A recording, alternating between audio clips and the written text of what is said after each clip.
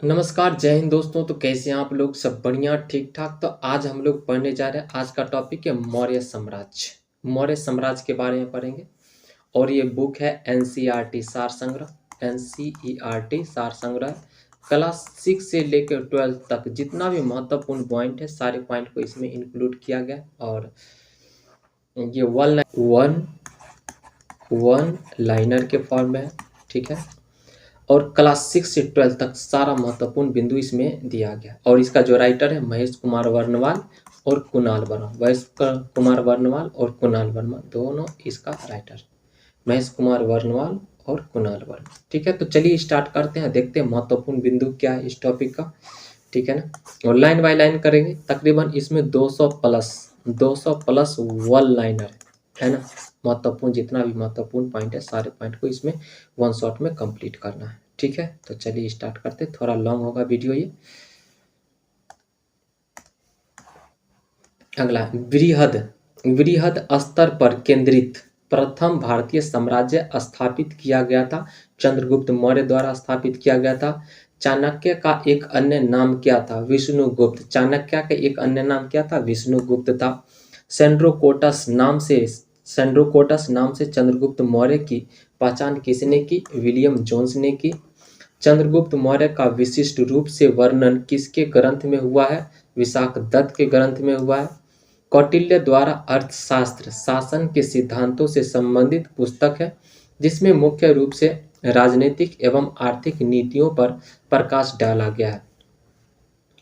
बुलंदी बाग नामक प्राचीन स्थान कहाँ पर स्थित है? पाटलिपुत्र में स्थित है। बुलंदी बाग नामक प्राचीन स्थान कहाँ स्थित है? तो पाटलिपुत्र में स्थित है। मैकियावेली के प्रसिद्ध ग्रंथ द प्रिंस की तुलना किससे की जा सकती है? कौटिल्य के अर्थशास्त्र से की जा सकती है। पाटलिपुत्र में स्थित चंद्रगुप्त का महल मुख्यतः किससे निर्मित है? तो लकड़ी से निर्मित है, लकड़ी से बना हुआ है। सेल्यूकस जिसे अलेक्जेंडर द्वारा सिंध एवं अफगानिस्तान का प्रशासक नियुक्त किया गया था, को किस भारतीय राजा ने पराजित किया था? चंद्रगुप्त मौर्य ने पराजित किया था। बिंदुसार ने मैत्रीपूर्ण पत्र व्यवहार में सीरिया के शासक एंटियोकस के 3 वस्तुओं मीठी मदिरा, सूखी अंजीर तथा एक दार्शनिक सोफिस्ट की मांग की थी। और दार्शनिक को छोड़कर अन्य वस्तुओं को एंटियोकस ने बिंदुसार के पास किया था, भेजा था, है ना। दार्शनिक को नहीं भेजा था। कुमरार नामक स्थल से किस प्राचीन नगर के अवशेष प्राप्त हुए हैं? तो पाटलिपुत्र का प्राप्त हुआ है, ठीक है। और किसने सहिष्णुता, उदारता और करुणा के त्रिविध आधार पर राजधर्म की स्थापना की? सम्राट अशोक ने की।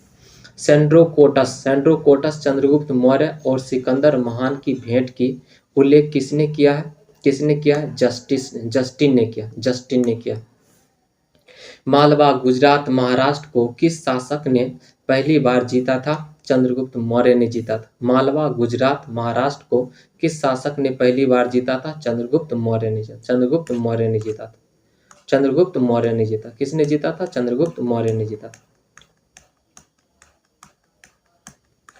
अगला है मौर्यकालीन तीर्थ बोले तो अधिकारी। मौर्यकालीन तीर्थ तो बोले तो अधिकारी, वो नहीं कि तीर्थ स्थल वाला, है ना। तीर्थ मतलब यहाँ इसका क्या मीनिंग है? अधिकारी। मौर्य काल में सबसे ऊंचे स्तर के अधिकारी तीर्थ कहे जाते थे। अर्थशास्त्र के अनुसार इनकी जो संख्या थी कितनी थी? 18 थे। तीर्थ और इधर संबंधित विभाग का कार्य दिया गया। मंत्री या पुरोहित प्रधानमंत्री तथा प्रमुख धर्माधिकारी थे। युवराज की बात करते हैं तो राजा का उत्तराधिकारी युवराज कहलाता था। सन्निधाता किसको बुलाता था? राजकीय कोषागार का प्रधान अधिकारी कोषाध्यक्ष को सन्निधाता बोला जाता था। समाहर्ता किसको बोला जाता था? राजस्व विभाग का सर्वोच्च अधिकारी वित्त मंत्री कर संग्रह को समाहर्ता कहा जाता था।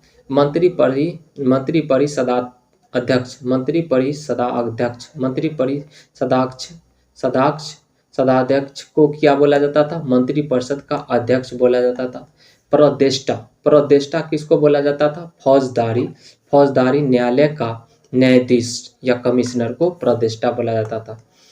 व्यवहारिक, व्यावहारिक, व्यावहारिक यानी व्यवहारिक किसको बोला जाता था? दीवानी न्यायालय का प्रमुख न्यायाधीश को व्यवहारिक बोला जाता था। न्याय किसको बोला जाता था? सेना का संचालक या नगर रक्षा का अध्यक्ष को न्याय कहा जाता था। सेनापति किसको? सेनापति पद की बात करते हैं तो सेना अध्यक्ष या सर्वोच्च सैन्य कमांडर को सेनापति बोला था। सेना अध्यक्ष या सर्वोच्च सैन्य कमांडर को सेनापति बोला जाता था। उसका अंतरसिक किसको बोला जाता था? सम्राट का अंगरक्षक सेना का प्रधान अधिकारी को अंतरसिक बोला जाता था। कर्मांतिक किसको बोला जाता था? उद्योग धंधों एवं कारखानों का प्रधान निरीक्षक या अध्यक्ष को कर्मांतिक बोला जाता था। उसका प्रशास्ता किसको बोला जाता था? राजकीय आज्ञाओं को लिपिबद्ध करने तथा राजकोषीय दस्तावेज को सुरक्षित रखने वाला को प्रशास्ता कहलाता था।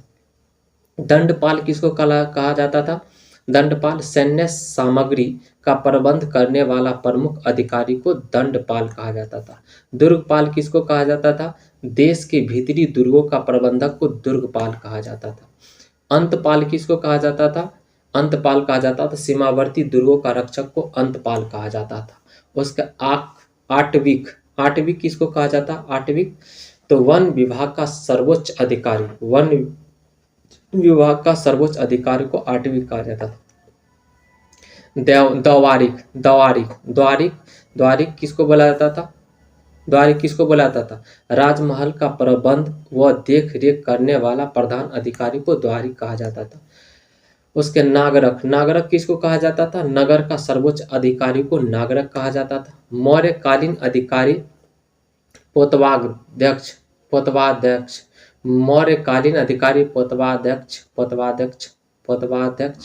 का मुख्य कार्य क्या था? तो माप तौल का था। ठीक है ना। अशोक ने किस बौद्ध साधु से प्रभावित होकर बौद्ध धर्म अपनाया था? उपगुप्त से प्रभावित होकर बौद्ध धर्म अपनाया था। अगला है गुर्जरा, मास्की, नेट्टूर एवं उडगोलम। इन 4 अभिलेखों में अशोक के वास्तविक नाम का उल्लेख मिलता है। गुर्जरा, मास्की, नेट्टूर एवं उडगोलम किसमें? उडगोलम। इन 4 अभिलेखों में अशोक के वास्तविक नाम का उल्लेख क्या करता है? उल्लेख मिलता है। चलिए अगला देखते हैं। अगला क्या है? किस मौर्य दक्कन की विजय शासक ने प्राप्त की थी? तो दक्कन की विजय शासक ने प्राप्त की थी तो चंद्रगुप्त मौर्य ने। यह किस अभिलेख में प्रमाणित होता है कि चंद्रगुप्त मौर्य का प्रभाव पश्चिम भारत पर था? तो रुद्रदामन के जूनागढ़ अभिलेख से। चंद्रगुप्त मौर्य अपने जीवन के अंतिम दिनों में श्रवणबेलगोला चले गए, जहां उन्होंने जैन विधि से उपवास पद्धति है ना संलेखना उपवास विधि पद्धति बोले तो संलेखना पद्धति के द्वारा क्या कर दिया था? उन्होंने अपना प्राण त्याग दिया था उपवास करके सहकर। मगध साम्राज्य में रज्जुक किसे कहा गया है? मौर्य शासन में भूमि मापक अधिकारी को रज्जुक कहा गया है।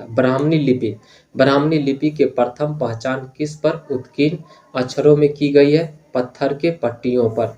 ब्राह्मणी लिपि की प्रथम पहचान किस पर उत्कीर्ण अक्षरों से की गई है? पत्थर के पट्टियों पर। सम्राट अशोक का शिलालेख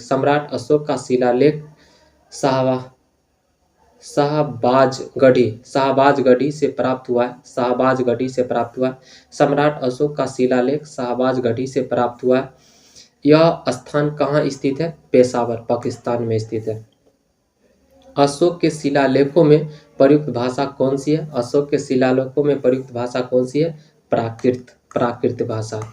अशोक के अभिलेखों के खोजकर्ता के बारे में चलिए देखते हैं, है ना। अशोक के शिलालेख है, खोजकर्ता है और वर्ष, ठीक है ना।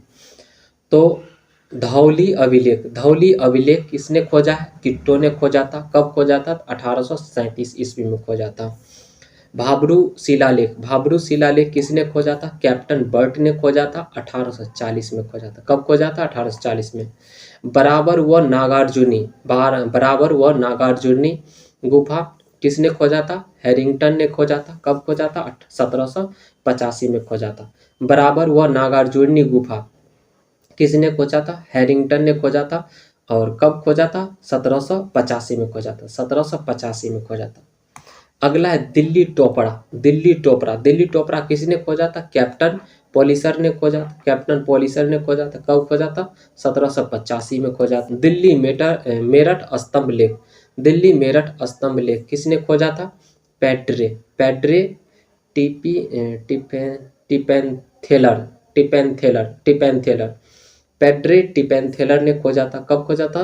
1750 में खोजा था। मानसेरा, मानसेरा, मानसेरा किसने खोजा था? कैप्टन ले ने खोजा था। कब खोजा था? 1889 में खोजा था। 1889 में खोजा था। उसके बाद है कालसी शिलालेख, कालसी शिलालेख, कालसी शिलालेख किसने खोजा था? जॉन फॉरेस्ट, जॉन फॉरेस्ट ने खोजा था। कब खोजा था? 1860 ईस्वी में खोजा था। रुम्मिन देई, रुम्मिन देई अभिलेख किसने खोजा था? फिर फिरर ने खोजा था। फिरर ने खोजा था। कब खोजा था? 1896 में खोजा था। अवगढ़ अभिलेख, अवगढ़ अभिलेख, अवगढ़ अभिलेख किसने खोजा था? Sir Walter Elliot, sir Walter Elliot ने, सर वाल्टर इलियट ने खोजा था। 1850 में खोजा था। 1850 में खोजा था। उसका गिरनार शिलालेख, गिरनार शिलालेख, गिरनार शिलालेख किसने खोजा था? Lieutenant colonel Tod, lieutenant colonel Tod ने खोजा था। 1822 में खोजा था। गिरनार शिलालेख, गिरनार शिलालेख किसने खोजा था? लेफ्टिनेंट कर्नल टाड ने खोजा था। और कब खोजा था? 1822 में खोजा था।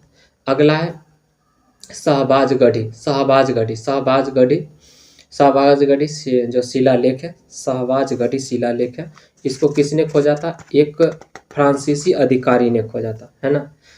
शहबाजगढ़ी शिलालेख को किसने खोजा था? एक फ्रांसीसी अधिकारी ने खोजा था। कब खोजा था? 1836 ईस्वी में खोजा था। 1836 में खोजा था। इलाहाबाद स्तंभ लेख, इलाहाबाद स्तंभ लेख किसने खोजा था? टी एस बर्ट ने खोजा था। टी एस बर्ट ने खोजा था। कब? 1834 ईस्वी में खोजा था। मास्की अभिलेख, मास्की अभिलेख, मास्की अभिलेख किसने खोजा था? द बीडेन ने खोजा था। 1915 में, 1915 में खोजा था। उसका है निगाली, निगाली सागर, निगाली सागर, निगाली सागर फिरर ने, फिरर ने खोजा था। फिरर ने खोजा था। फिरर ने खोजा था। कब? 1895 में खोजा था। रमपुड़वा, रमपुड़वा अभिलेख, रमपुड़वा शिलालेख किसने खोजा था? कलारी, कलारील, कलार करला कार्ला कार्लाइल, कार्लाइल, कार्लाइल ने खोजा था। कार्लाइल ने खोजा था 1872 में। कार्लाइल खोजा था 1872 इसमें।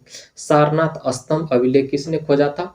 Aurel Stein, Aurel Stein, Aurel Stein, Aurel Stein, Aurel Stein ने खोजा था 1905 ईस्वी में, 1905 ईस्वी में खोजा था। महत्वपूर्ण है कुछ अभिलेख जिसको आप याद रखेंगे, ठीक है।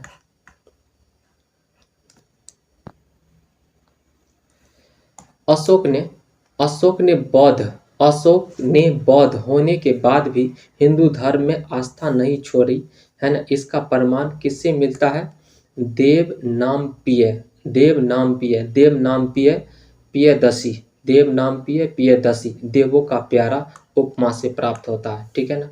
पाक पाक पाक अशोक ब्राह्मणी लिपि, पाक अशोक ब्राह्मणी लिपि का पता किस स्थान से चलता है? तो श्रीलंका स्थित अनुराधापुर से पता चलता है। श्रीलंका स्थित अनुराधापुर से पता चलता है। सारनाथ स्तंभ का निर्माण किसने करवाया था? अशोक ने करवाया था। भारतीय उपमहाद्वीप, भारतीय उपमहाद्वीप का प्रथम शासक कौन था जिसने अभिलेखों के माध्यम से शासनादेश जारी किए? जिसके अभिलेखों के माध्यम से शासनादेश जारी किया? अशोक।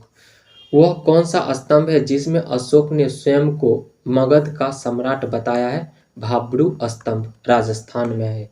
भाब्रू स्तंभ राजस्थान में। भाब्रू स्तंभ कहाँ पर स्थित है? राजस्थान में, ठीक है। जो कि कैप्टन बर्ट द्वारा खोजा गया था। ब्राह्मणी लिपि में लिखे अशोक के शिलालेखों की को सर्वप्रथम जेम्स प्रिंसेप ने पढ़ने में सफलता प्राप्त की थी। ब्राह्मी लिपि में लिखे अशोक के शिलालेखों को सर्वप्रथम जेम्स प्रिंसेप ने पढ़ने में सफलता क्या किया था, प्राप्त किया था। अशोक के किस अभिलेख को धम्म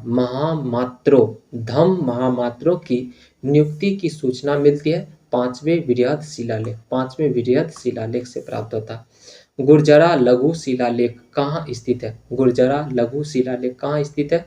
मध्य प्रदेश के दतिया जिले में स्थित है। मौर्य काल में भूमि कर, जो कि राज्य की आय का मुख्य स्रोत था, किन अधिकारी द्वारा एकत्रित किया जाता था? तो सीता अध्यक्ष द्वारा। मध्य प्रदेश स्थित सांची के स्तूप का निर्माण किस मौर्य शासक ने करवाया था? अशोक ने करवाया था।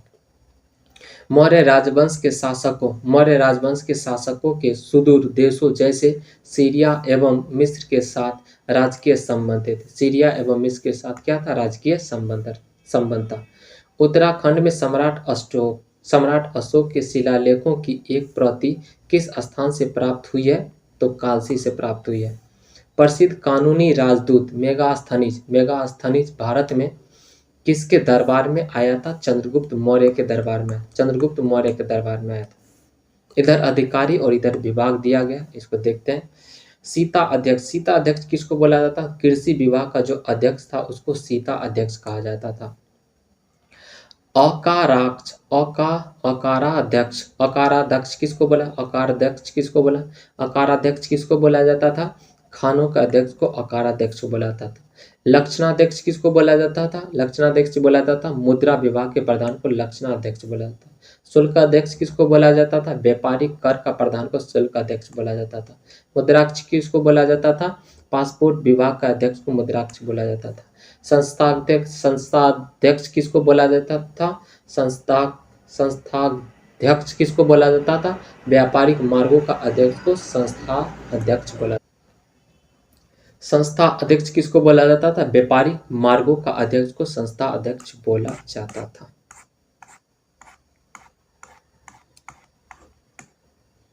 अगला, गुप्तचर व्यवस्था का प्रथम विस्तृत वर्णन किस ग्रंथ में किया गया है? तो अर्थशास्त्र में किया गया है। गुप्तचर व्यवस्था का प्रथम विस्तृत वर्णन किस ग्रंथ में किया गया है? तो अर्थशास्त्र में किया गया है। मौर्य काल की किस पुस्तक में जहाज निर्माण व नाविक गतिविधियों का वर्णन है? तो इंडिका में। इंडिका बोले तो मेगास्थनीज द्वारा लिखा गया, ठीक है। मौर्य काल की किस पुस्तक में जहाज निर्माण व नाविक गतिविधियों का वर्णन है? इंडिका में। चंद्रगुप्त मौर्य अपने अंतिम समय किस धर्म का अनुयायी हो गया था? जैन धर्म का अनुयायी हो गया था। कौन सा स्थान मौर्य काल में शिक्षा का सर्वाधिक प्रसिद्ध केंद्र था? तक्षशिला। गांवों के शासन को स्वायत्तशासी पंचायतों के माध्यम से संचालित करने की व्यवस्था का सूत्रपात किस वंश ने किया था? तो मौर्य वंश ने किया था, मौर्यों ने किया था। मेगास्थनीज ने अपने पुस्तक इंडिका में भारतीय समाज को 7 श्रेणियों में विभाजित किया था। अशोक का समकालीन तुर में कहाँ का राजा था? अशोक का समकालीन तुर में कहाँ का राजा था? मिस्र का। कहाँ का राजा था? मिस्र का था राजा। अगला है, मिस्र के शासक 288 से 246 ईसा पूर्व टॉलमी फिलाडेल्फस के साथ अशोक के राजनयिक संबंध था। राजनयिक मतलब राजनीतिक कोई संबंध था। संभवतः इसी को तुर्मे कहा गया है। चंद्रगुप्त मौर्य और अशोक दोनों का एक साथ उल्लेख किसके अभिलेख में किया गया है? चंद्रगुप्त मौर्य और अशोक दोनों का एक साथ उल्लेख किसके अभिलेख में किया गया है? तो महाक्षत्रप रुद्रदामन का जूनागढ़ अभिलेख। भाग एवं बलि किसके प्रमुख स्रोत थे? राजस्व के स्रोत। गिरनार क्षेत्र में एक झील का निर्माण किस शासक ने करवाया था? चंद्रगुप्त मौर्य ने करवाया था। कौशाम्बी तथा प्रयाग के स्तंभों में अशोक की रानी कौरुवाकी द्वारा दान किए जाने का उल्लेख मिलता है। इसे रानी का अभिलेख भी कहा जाता है। इसे रानी का क्या कहा जाता है? अभिलेख भी कहा जाता है। प्राचीन भारत के किस ग्रंथ में पति द्वारा परित्यक्त परित्यक्त पति द्वारा परित्यक्त पत्नी के लिए विवाह विच्छेद की अनुमति दी गई है? अर्थशास्त्र में। प्राचीन भारत के किस ग्रंथ में पति द्वारा परित्यक्त पत्नी के लिए विवाह विच्छेद की अनुमति दी गई है? अर्थशास्त्र में दी गई है। अगला है कलिंग युद्ध की विजय तथा क्षत्रियों का वर्णन अशोक के किस अभिलेख में है? 13वें शिला अभिलेख में। 13वें शिला अभिलेख। अशोक के अभिलेखों में किस दक्षिणी राज्य के अतिरिक्त सभी दक्षिणी राज्यों का उल्लेख प्राप्त होता है? तो सातवाहन अभिलेख, सातवाहन से। अंतिम मौर्य सम्राट कौन था? वृद्धरथ है ना। अंतिम मौर्य सम्राट कौन था? वृद्धरथ था। मौर्यों की जल संसाधन व्यवस्था की जानकारी किस अभिलेख से प्राप्त होती है? रुद्रदामन का गिरनार अभिलेख से प्राप्त होती है। अशोक का समकालीन मिस्र का राजा कौन था? तो अलेक्जेंडर। अशोक का समकालीन मिस्र का राजा कौन था? अलेक्जेंडर था। मिस्र का राजा कौन था? अलेक्जेंडर था। सेल्यूकस निकेटर जिससे चंद्रगुप्त ने अफगानिस्तान प्राप्त किया था, वह कहाँ का शासक था? सीरिया बेबीलोन का था शासक। सेल्यूकस निकेटर जिससे चंद्रगुप्त ने अफगानिस्तान प्राप्त किया था, वह कहाँ का शासक था? सीरिया बेबीलोन का शासक था। अशोक के पश्चात देवनामपीय की उपाधि किसने धारण की? दशरथ ने धारण की थी। दशरथ ने। अशोक की उपाधियां के बारे में चलिए हम लोग देखते हैं। उपाधि और इधर स्रोत। तो उपाधि है अशोक है मास्की लघु शिलालेख से प्राप्त होता है। इसका स्रोत, अशोक का जो स्रोत है, अशोक जो नाम का उपाधि है ना, किससे प्राप्त हुआ है? किस स्रोत से प्राप्त हुआ है? मास्की लघु शिलालेख से प्राप्त हुआ है। देवनाम प्रियस अशोक राजा देवानाम प्रियस अशोक राजा गुर्जरा लघु शिलालेख से प्राप्त हुआ है। अशोक मौर्य किस कहाँ से प्राप्त, कहाँ से स्रोत है इसका, कहाँ से प्राप्त हुआ ये उपनाम? तो रुद्रदामन का जूनागढ़ अभिलेख से प्राप्त हुआ है। प्रियदर्शी राजा बराबर गुहा लेख से प्राप्त हुआ है। प्रियदर्शी राजा मगध भापरू बैराट लघु शिलालेख से प्राप्त हुआ है। प्रियदर्शी राजा गंधार विरत शिलालेख दीपवंश महावंश से प्राप्त हुआ है। अशोक वर्धन कहाँ से प्राप्त हुआ है? ये पुराण से प्राप्त हुआ है। ये उपनाम अशोक का ये उपनाम है। अशोक वर्धन कहाँ से प्राप्त हुआ है? पुराण से प्राप्त हुआ है। राजा अशोक ये उपनाम अशोक का कहाँ से प्राप्त हुआ है? नेट्टूर लघु शिलालेख से प्राप्त हुआ है। राजा अशोक देवनामपीय किस कहाँ से प्राप्त हुआ? उद्गोलम लघु शिलालेख से प्राप्त हुआ। अशोक ने अपने पिता बिंदुसार के शासन काल में किस क्षेत्र में विद्रोह का दमन किया था? तक्षशिला में। अशोक ने अपने पिता बिंदुसार के शासन काल में किस क्षेत्र में विद्रोह का दमन किया था? तक्षशिला में। अपने ऊपर आश्रित बच्चों एवं पत्नी की समुचित व्यवस्था किए बिना भिक्षु बनने वालों के लिए किसने दंड का प्रावधान किया था? कौटिल्य ने किया था। अपने ऊपर आश्रित बच्चों एवं पत्नी की समुचित व्यवस्था किए बिना भिक्षु बनने वाले बच्चों के लिए किसने दंड का प्रावधान किया था? कौटिल्य ने किया था। खरोष्ठी लिपि की उत्पत्ति किससे हुई है? आरामाइक भाषा से हुई है। खरोष्ठी लिपि की उत्पत्ति किससे हुई? आरामाइक भाषा से हुई है। कौटिल्य किसके प्रधानमंत्री थे? चंद्रगुप्त मौर्य के प्रधानमंत्री थे। मौर्य के पश्चात भारत की उत्तर पश्चिम सीमा पर किसका अधिकार हुआ? तो बैक्ट्रियन शासकों का अधिकार हुआ। बैक्ट्रियन शासकों का अधिकार हुआ। मौर्य शासन व्यवस्था में रूपदर्शन नामक अधिकारी का कार्य क्या था? मौर्य शासन व्यवस्था में मौर्य शासन व्यवस्था में रूपदर्शक नामक अधिकारी का कार्य क्या था? सिक्कों का परीक्षण। वह मौर्य राजा जो अमित्र घात के नाम से जाना जाता है कौन था? बिंदुसार। वह राजा जो अमित्र घात के नाम से जाना जाता है कौन था? बिंदुसार था। मौर्यकाल की मुद्रा। इस काल में चांदी व तांबे के सिक्कों का उल्लेख मिलता है। चांदी के सिक्के के 4 प्रकार थे। एक का पन था नाम, दूसरा अर्धपन, पाद और अष्टभाग था, है ना। ये 4 प्रकार थे। तांबे के सिक्के के 4 प्रकार थे, है ना। चांदी के सिक्के भी 4 प्रकार, तांबे के सिक्का भी 4 प्रकार था। एक था मासक, दूसरा अर्धमासक, उसे काकनी और अर्धकाकनी, ये सब था सिक्का। अगला है अशोक अपने राजभिषेक के 8वें वर्ष 261 ईसा पूर्व कलिंग पर आक्रमण कर उस पर क्या कर लिया था? विजय प्राप्त कर लिया था। ठीक है। तो आज का एपिसोड यहीं पर रखते हैं, फिर हम लोग मिलेंगे नेक्स्ट नेक्स्ट एपिसोड में। तब तक के लिए bye, take care, love you all, मस्त रहिए, स्वस्थ रहिए, खूब मन लगा के पढ़िए, ठीक है ना। नमस्कार, जय हिंद दोस्तों।